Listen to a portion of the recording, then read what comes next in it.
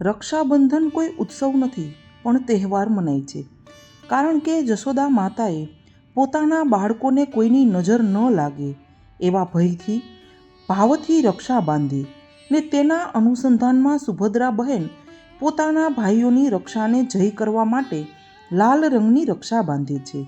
તે સમયે પ્રભુને તિલક અક્ષત થાય, આરતી ઉતરે નહીં, કારણ કે વર્ષા ઋતુ જ પુષ્પિત ભાવ સંપન્ન છે, એટલે ગોળ પાપડીની સામગ્રીનો ભોગ અંગીકાર કરાય છે.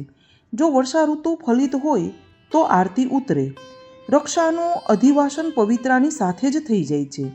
શ્રવણ નક્ષત્રમાં પ્રભુને રક્ષા સવારે શૃંગાર કે ગ્વાલ દર્શનને સમયે બંધાય છે, અને જો સાંજના ધરાય તો ભોગ સંધ્યાના દર્શન સમયે ધરાવાય છે. વ્રજ ભક્તો પ્રભુનું સુખ વિચારી એકાંતમાં અનેક ભાવથી રક્ષા બાંધે છે.